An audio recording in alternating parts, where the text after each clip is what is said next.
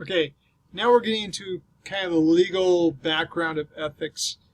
And when I went through my MBA and I was taking my ethics class, Marianne Jennings was my professor, and you actually have a video from Marianne. She came in, and when the Olympics in Salt Lake City or in Utah, the Utah Olympics, Winter Olympics were happening, there was this big problem with bribery that was going on, a scandal. And they brought her in as one of the consultants. And she said, those guys in Utah, they really don't know how to bribe. She says, always use cash, because there's checks and credit cards and kids getting full ride scholarships to the university.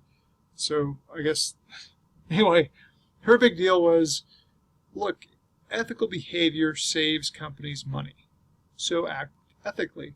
And she would take us through all these different scenarios, and one of the main things that we need to figure out is how did it acting ethically affect the bottom line. And so here's what's going on. Nearly all companies are responsible for any unethical behavior that's happening within the company. It used to be that if a manager didn't know that somebody was acting unethically and bribing or doing whatever, then if they got caught, the company wouldn't be held responsible. It was the individual acting as a free agent. Now the company is responsible. And so all these offenses that these individuals could be doing, the company can be held liable for. Invasion of privacy, and this would be like cyber snooping, hacking, that kind of thing, price fixing, fraud, theft, embezzlement. Even though my employee might be doing this, I can be held responsible. So they put up these guidelines, and they're punitive guidelines. So these are punishments that we'll hand out for things that we're seeing that are unethical. And let me get this back up. You can find this chart in your book. And basically what we're seeing is we have a fine base. So each of the offenses has a level. Say invasion of privacy. So we're actually looking into competitors through cyber hacking into their patents. And that is a major offense. So we'll say that that's a level 23 offense, or 24 offense. Now, we have a range. So the base for that offense is $2.1 million that you'll be fined by the government. And then they can sue you too. Now, if we have a good ethical environment and we're doing everything we can to push ethics and teach our employees ethical behavior, that can be reduced to $105,000, right? Or if we don't have those in place and we have an unethical climate, then they can actually impose a much higher penalty, up to $8,400,000. I'm not sure if I said those things correctly, but you get the idea. So what do we do to make sure that we have this ethical climate and to protect us from if something bad goes on? If one of our employees steps out of line and now the U.S. Sentencing Commission is on us. In fact, my wife had a case where the person she was representing was being fired and now being sued by the head of Dole because they said that he broke the U.S. Sentencing Commission guidelines, but he could show how he went out of his way to establish a fair trade and to do everything by the book. He just failed. But he tried to do everything he could to meet the new guidelines that were being imposed upon him and his they were doing mortgages, and there were some new guidelines that came out, and he was trying to meet those and compensate his sales personnel correctly. He just misunderstood some stuff, so they they had some fines and penalties they had to do. But this is a program, step by step, that you establish in order to meet the commission guidelines for organizations. So you establish standards and procedures that help us have an ethical environment. You assign responsibility in some of that assignment. So I'll assign top managers to be in charge of our ethical program. They'll delegate to other lower managers and to team leads, all of which will encourage employees to report violations and to follow the guidelines. There's all of this training. If we find anybody that is doing anything out of character or breaking our rules, we enforce our rules, and we'll actually self-report. And if you self-report, you still might get fined, but they'll minimize the penalty. And then you improve the program if you find violations. All this is kind of like covering your own behind, so that you don't face really, really stiff penalties.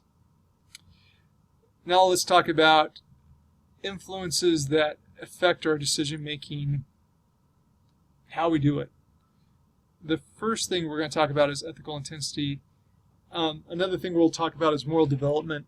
And then the last thing, in fact, I don't think we're going to get much into ethical principles. Oh yeah, we will.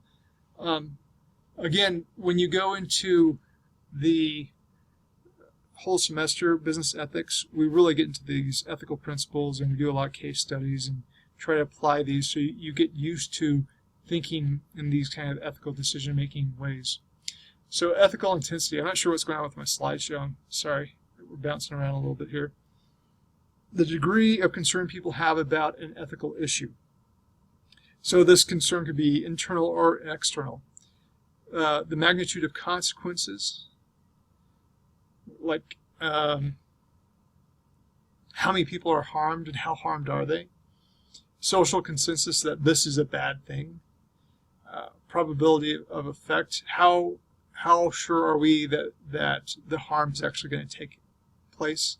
There's this temporal immediacy, meaning if I throw this plastic bottle in the trash, it's harmful for the environment, but the environment might not feel it for 10 years. So the more distance that has, then it's not such an ethical problem for me. But if I can see that, hey, as soon as I throw that bottle in the trash, I see a bird drop out of the sky, then I get it. Oh, there's this correlation between what I'm doing and the harm that I'm doing. Proximity of effect. Again, I throw that trash, and they're actually outsourcing trash. So they're taking trash from England and putting it on cargo ships and shipping it to like China, right? So China will take this garbage and it'll affect their environment and not England's environment. And when you do that, you make a larger, or you're more distant from the influence of your garbage. And then the concentration of effect. And that's how much does what you're doing affect the average person. Okay, I think you get that. Let's move on. Now, this Kohlberg stages of moral development. Ooh. This is something you'll learn if you take psych. This is something that is standard. We have pre-conventional, conventional, and post-conventional. Those are the stages. There's three. I know it looks different here, but know that there are three stages, and each stage has an A and a B. So the first stage is pre-conventional, and pre-conventional A is that we're ethical because we fear punishment, or we want to be obedient. And then B is it's more instrumental to be ethical, right? I can use it in my political campaign, see how ethical I am. So these are very wanting the good thing or trying to stay away from the bad thing is the pre-conventional. When we get to conventional, now we want to be seen as either a good boy or a nice girl, or we're just trying to respect the law and we want order in wherever we're working in. Okay. Post-conventional is this idea of social contract. And the golden rule, do unto others as you'd have them do unto you, that's a social contract. Or living up to what is we consider a universal principle. So Gandhi, when he's making salt in India, there was a law against making salt. The Brits said that only a British company or British citizens could make salt in India. So Gandhi said, hey, I'm going to go make salt. All my reporter friends come walk with me to the ocean, and we're going to break this law. So he's breaking the law. This is conventional B, or it says stage 4, but conventional, because he's trying to live to a post-conventional ethical contract or universal principle. It's more important to break the law to show how bad the law is, and that is more ethical than obeying the law. Usually we don't have to worry about that.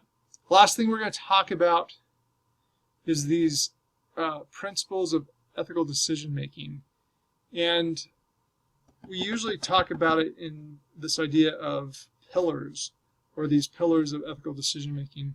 Here they're calling principles. I usually teach 5 main principles, but here we have, 7? Principle of long-term self-interest. That would be more of a pre-conventional. Principle of personal virtue, that'd probably be conventional. Or religious injunctions, probably conventional. Government requirements is conventional. Utilitarian benefit, meaning that this is going to benefit everyone. That would be more of a universal, so that would be post-conventional. And then individual rights, probably post-conventional, because a person's rights might override laws. And then principles of distributive justice would probably be more conventional. So if you still want to think of the Kohlberg, pre-conventional, conventional, post-conventional, you can set these kind of principles in those groups to kind of understand how strong or weak they are in our decision making. Okay, that's it for part 2.